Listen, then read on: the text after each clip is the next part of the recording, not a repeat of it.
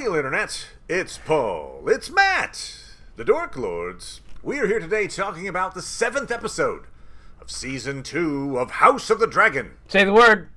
Penultimate episode. Yeah, exactly. Otherwise known as the Red Sowing.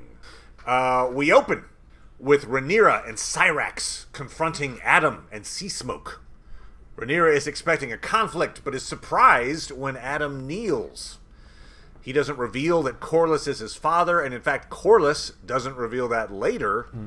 But Adam's loyalty seems genuine, and being desperate, Rhaenyra accepts her apparent good fortune.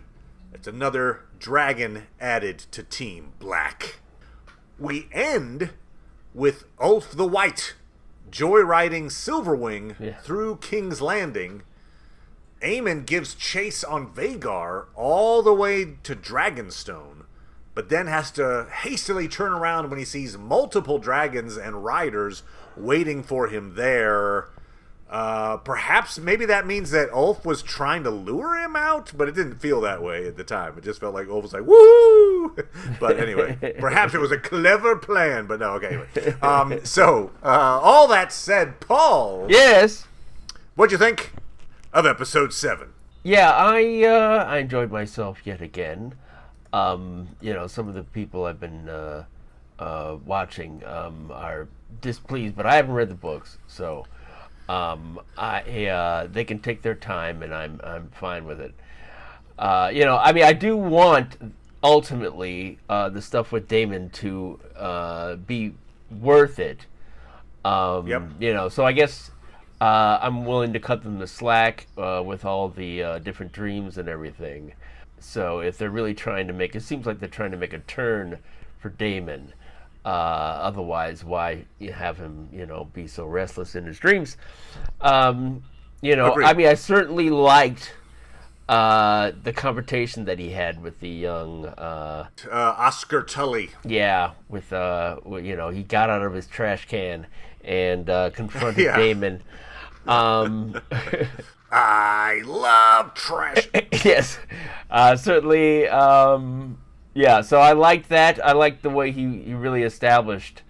It was credible to me that young man actually did know how to work that situation.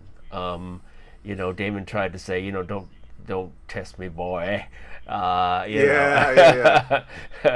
And he's like, forget it. I'm just not gonna, no. And so that worked for me. Apparently, the recruitment scene is not the same in the books, but that's fine. Yep. It's ridiculous, of course. I mean, all those people died. So it's in a way it's bad that I enjoyed it. But when you say recruitment, you're not talking the recruitment with the Blackwoods and Brackens is different too, but you're saying the recruitment of the Dragon Riders. Yes, is what you're saying. Yes, that's what. Because she wasn't. She was giving her speech. That might have been like, do you want some real estate or something? But no. That's right. There's a timeshare condo. If you would be careful. Have some of the donuts, and if you could sign away. No, she gave him a pep talk, and most of them died. Yeah, I loved how in that pep talk it included a very pie-in-the-sky notion that they could win the war without bloodshed. Yeah. And then she kind of has this little pause, and then she's like, Lord willing. But, you know what I mean? Like, she knows that it's not true, but she's like, you know what? Just being on the dragons, they'll probably surrender. And then there's not even any fighting you have to do, so pretty cool, right? Well, maybe to an extent she does believe it, when on that last scene there where she's standing there with all the dragons around, you might be thinking, hey, we've got a deterrent. All right. Right? You willing to talk now? All right. Good point. I mean, Vhagar turns around. Good point. But also, it's interesting, that scene, she gives the pep talk, and then she retreats, and she leaves all of the bastards trapped in that cave. You know, Yes. they're like, there are guards Yes. between them and the Yes. exit. Yeah. So it's like, do the math. She calls one dragon, and there's like 50 of you around here. Yeah. So, you know, the odds are good luck. You know. That's one of the reasons I also liked seeing the call for the Dragon Riders from Ulf's perspective, because he's leery of this offer, but Yes. he's goaded into it by his tavern buddies. Yep. And I think that's the way I'd be. I'd be like, what? Yeah, This yeah. sounds like a trap. And in fact, it turned out to be a great way to just cull the number of bastards, the would-be usurpers in the world. You know, hey, you proved you're special by bonding with a dragon. That's pretty cool. Come on, hey, oh, it didn't work out. Yeah. Look at that. And you're all dead. Oh, well. Yeah, I mean, you know, it's amazing that any two did come forward. I mean, come out of Yeah. that. Yeah, exactly. It's not like pretty good they success were, rate. Yeah. It's not like the dragon was just sort of like, okay, you over here, and rest of you over here, because I'm hungry. No, it was a great scene. The Vermithor just laying waste to all the would-be riders. And then I guess essentially finally resulting in Hugh making this somewhat heroic stand. He Yes. distracts Vermithor so that he won't kill someone else. Yeah. And then he yells at him in defiance. And I'll say this too, it's kind of a cool little side thing, but I really like the attention to detail the show gives with the vocalizations for the different dragons. Yeah, it was like They're all different, but they're unique to those dragons. Great. You know, the Foley effects. Very good Yeah. choices. Yeah. Tip of the hat. Yeah. Tip of the hat Yeah, to those. yeah. Yeah, that was the kind of standout set piece of this episode. Sure. It's just dragon laying waste in a cave. Like, oh. No Cheese's dog this episode. Yeah. It's the first one we haven't seen him in a while. They're saving him up for his triumphant finale. You don't know that he wasn't smoked with everyone else there? No, Paul. Come on. The show wouldn't do that. It would do so many terrible things. All right, here you go. Final shot of season 2. You got the finale. I think actually there's a reasonable chance that it might be Rhaenyra sitting back on the Iron Throne. Sure. But if that's the case, I will point excitedly at the screen if Cheese's dog is on her lap. Okay. Cheese's dog retakes King's Landing. What do you eat if that doesn't happen? I think the odds are pretty low on that one, frankly. But no, it's going to happen, damn it. I'll eat a pizza. No, I've heard some rumors that actually Rhaenyra won't get all the way up to Rhaenyra taking King's Landing until season 3. Okay. But that's, I don't know. I think that eventuality is coming to pass either in the finale or probably season 3, episode 1. So it's coming fast. I mean, but, you know, spoilers. But yeah, the Rhaenyra taking King's Landing is coming. Sure. Do they? Just watching the trailer for the finale, there's a lot of events that they're showing, scenes that they're showing, and I'm like, unless the finale's longer, I'm having my doubts that maybe they'll get all the way to, you know, King's Landing is now under Team Black's control, and Rhaenyra can sit on the throne. Maybe. It's still possible, but yeah, it might be one of those, oh, look, it's imminent now, Blackout kind of thing. Sure. Actually, one of my favorite non-dragon burning and eating people scenes it was Jace talking with Rhaenyra. Right. So we see earlier that the dragon guards go on strike, right? Because they're essentially bigots. They're Yep. Hey, we don't allow lowborn people to aspire to something meant for nobility. And Jace is siding with the dragon bigots, but for a very personal reason that I hadn't considered, in that he's a bastard. Yes. And he's like, look, everybody, I know it. Everyone knows it. I'm not an idiot. You know, my hair gives me away. And, you know, so the primary proof of his claim as heir to Rhaenyra's throne is his bond with a dragon. Right. And so his reasonable concern is that if a series of bastards all get dragons, when Rhaenyra dies and it comes time for the heir to become ruler, Jace will just be one of several Dragon Rider contenders. I mean, I suppose he'd have Rhaenyra's blessing, but would that be enough? Probably not. No. Yeah. There's probably everyone for themselves, and there's an all-out, war for the throne again. So it's an interesting. I hadn't really thought about the fact that I mean, you're basically putting him in the mix of just like everybody else. Something else that you're just culminating for me, or at least helping formulate in my mind, because I just recently been realizing from all the people that have read the book talking about it, is the fact that all the sort of strum and drang from Rhaenyra about wanting peace so much that she meets with Allison, and that doesn't occur in the books.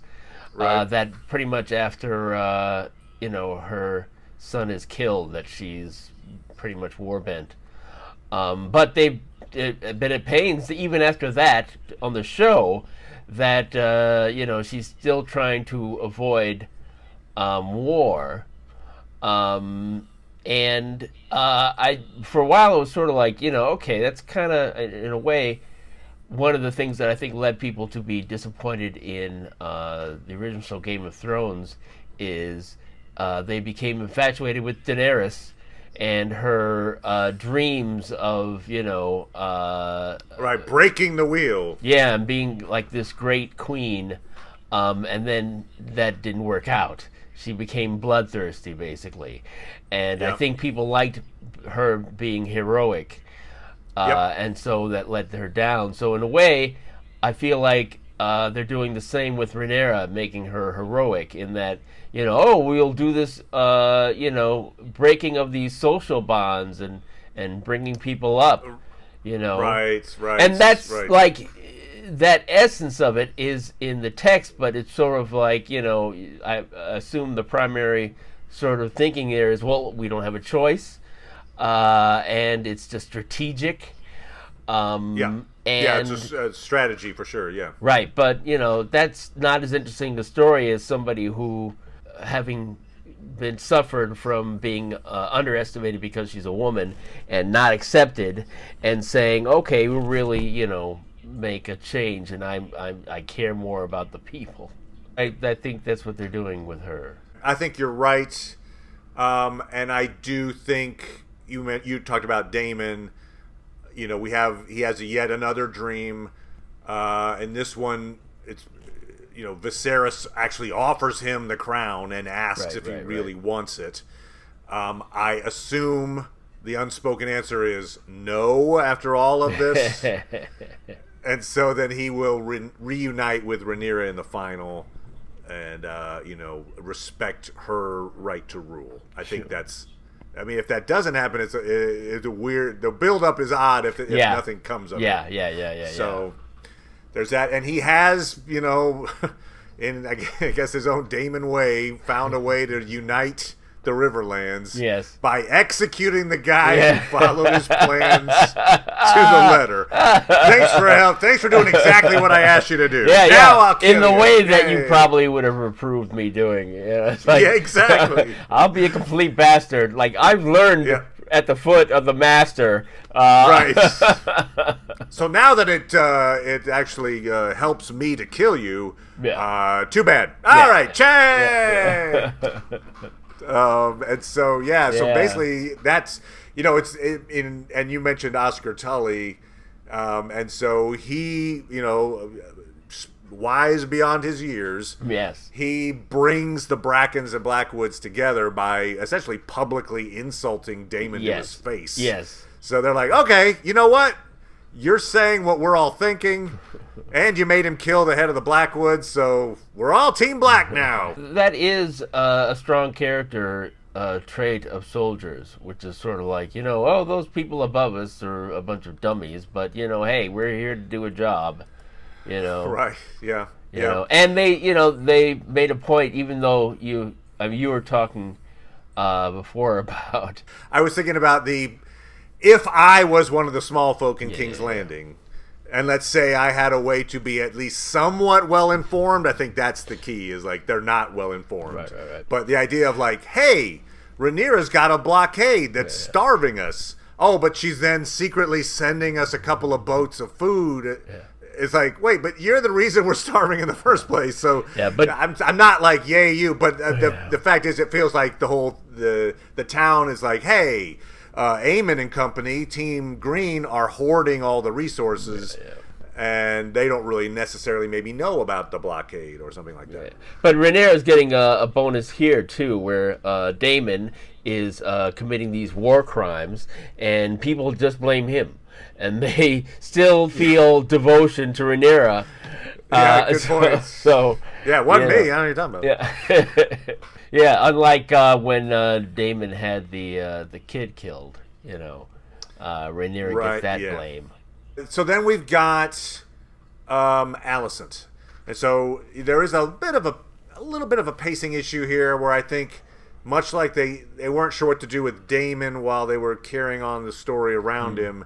Here we've had Allison, in some ways, removing herself from the story, and so I feel like there's got to be a payoff to this, much like the Daemon scenario. So Allison leaves King's Landing with a single guard, and basically spends the entire rest of the episode, actually all the way in what will be into the finale, in the Kingswood. With her lone King's Guard.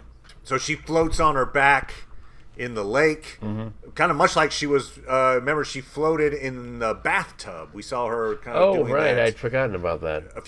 When she was feeling guilty about her perceived sins that led to the death of her. And so, I suppose there's some form of almost like a, washing away her sins kind of thing, perhaps. Maybe. But it shows too how little she's regarded in King's Landing. That no one cares. That she's missing. No one's like, hey, where is no one cares. She's gone for days. In the middle of like very tense pre-war, maybe the war's already started in some ways. There's a war happening. All the important people really need to be looked after. Oh, she's just gone. I don't know, wherever. She took a guard, maybe. If you're right, and you probably are, that Rhaenyra won't take King's Landing. That would have been something, though, if Allison came back and like, whoa, oh.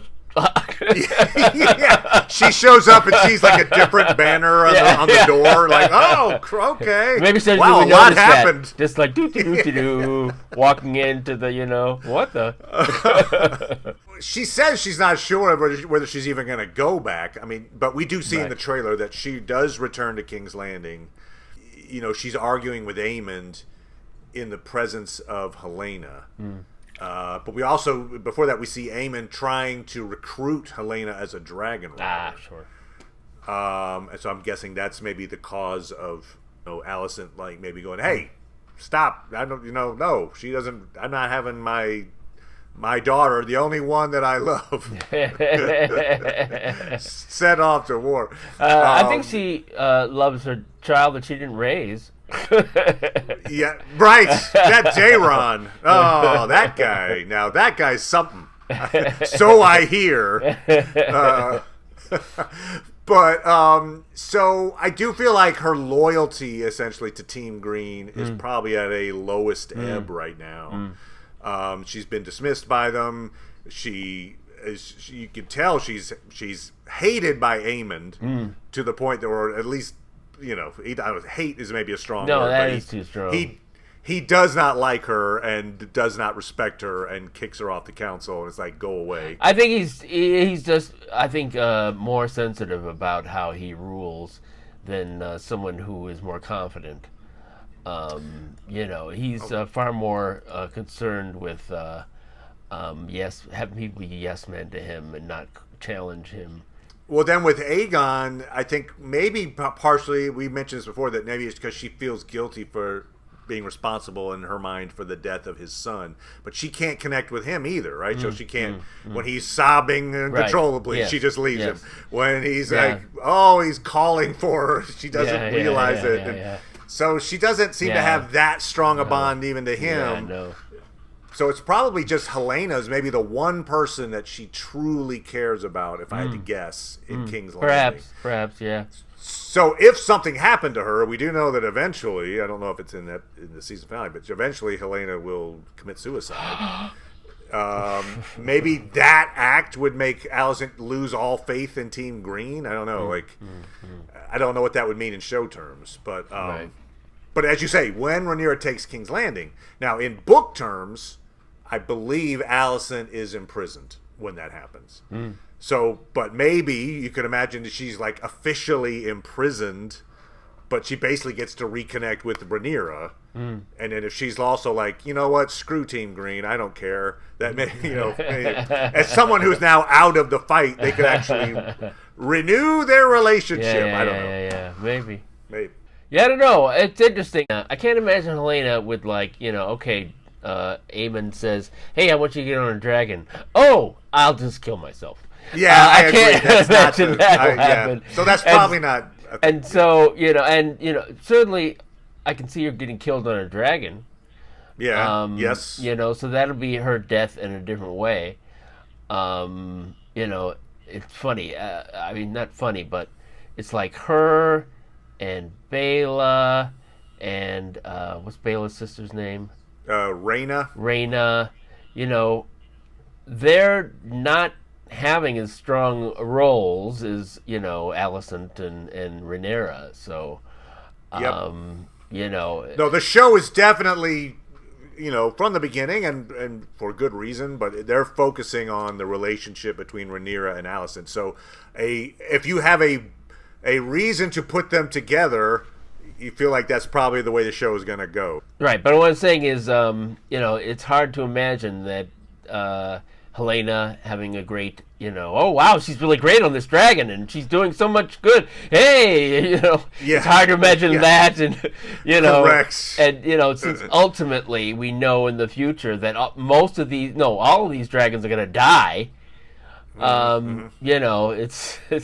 It's hard to see how it's going to end well for very many people. Right, it's a mass tragedy. For just about everybody, basically. Yeah. We'll be back talking about Deadpool 3, and of course the finale here of House of the Dragon. And then I believe we're going to switch our attention to Season 4 of The Umbrella Academy, which starts up in like a week or so. So anyway, we'll be back doing all that. Thanks as always, Paul. Appreciate it, good sir. No problem. And we'll talk to everybody next time. Bye. Bye.